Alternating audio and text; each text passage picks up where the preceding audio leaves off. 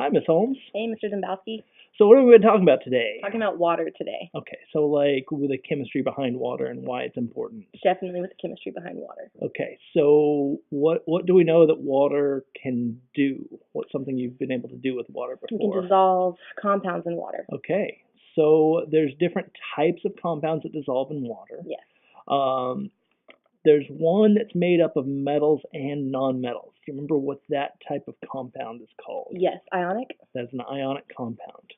So all ionic compounds can be dissolved in water. So salt was an example of one, and we know the chemical formula for salt as NaCl. Okay. Now, so hydrogen in a nonmetal, that is called an acid. So all acids can also be dissolved in water.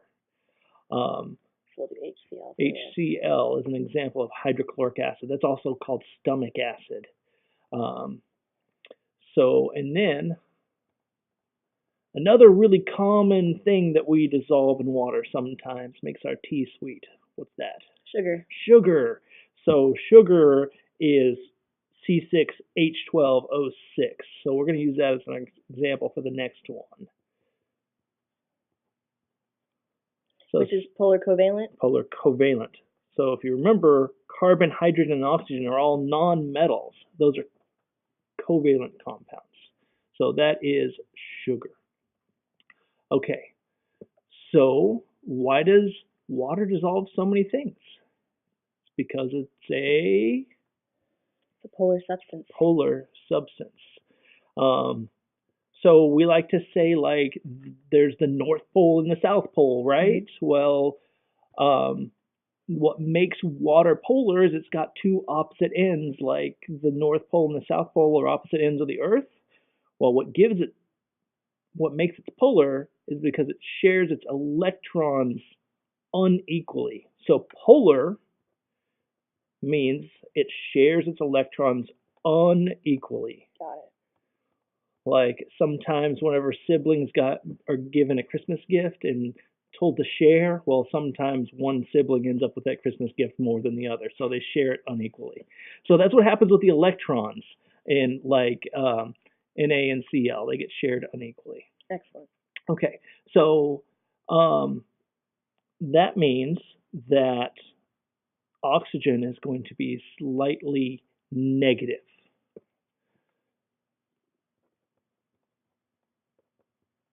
So if the oxygen is negative, what charge do you think the hydrogen is going to be? Positive. Positive, right. So if you remember, opposites attract, right? Mm-hmm.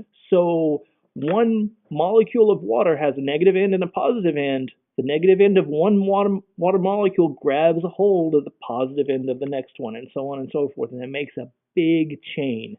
So whenever you have a glass of water, you've got a long, long chain of water molecules that are all linked together. Okay, so we like to say like dissolves like. So anytime you see something dissolved in water, that means that compound is polar. Because water is polar, therefore everything that it dissolves will be polar. Got it. Okay. Can you think of a non-polar substance? Something that can't dissolve in water? Oil. Oil. Okay. So oil is non-polar. Okay. That means that it will share its electrons equally. All the little atoms that make up the oil share its electrons just fine. So that means it won't dissolve in water. Okay? So polar and non-polar do not mix.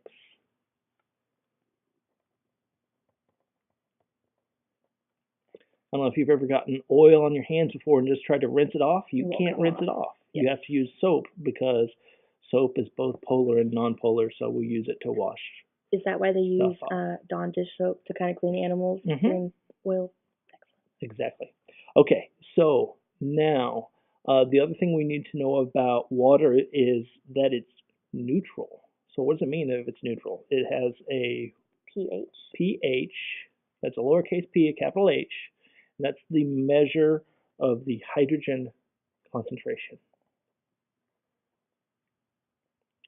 So, like acids have a really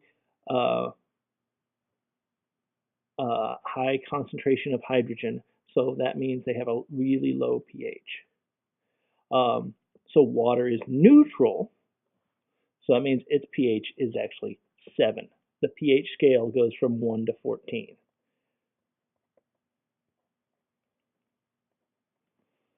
So if something has a pH lower than 17, it's an acid. Higher than 17, it's a base. Excellent. Okay. So whenever you have an ionic compound, whenever you dissolve it, those ionic compound actually breaks apart into smaller particles. What do you think those pieces of an ionic compound might be called? Just ions. Ions. Ions are particles that have a charge. So they have either a positive or a negative charge. Okay. Another thing that sometimes will be dissolved in water is called an electrolyte. What's the famous drink that has lots of electrolytes in it? Gatorade? Gatorade, right. So we always like to say Gatorade has lots of electrolytes in it. It just means they have lots of ionic compounds in it. That's all it means. Salt is an ionic compound. Gatorade has a lot of salt in it. Oh, okay. Wow. Which is something you need if you're doing retaining water. Right. Well, I mean, if you're exercising, you're sweating, and sweat has salt in it, so that's why we need salt to get it back. Okay. So, what else do we need to know about water? The non-electrolytes. Non-electrolytes. So, an electrolyte. What does that word sound like? Electro sounds like electricity. Electricity. So electrolytes will conduct electricity whenever they're dissolved in water. Non-electrolytes will not. We've all seen in the movies whenever somebody gets shocked by standing in water and some power cable drops in the water puddle, right? But the thing is, that won't work if there's only non-electrolytes dissolved in the water. If you have pure water, it won't conduct electricity. Gotcha. But most of the water that comes out of the tap has electrolytes in it.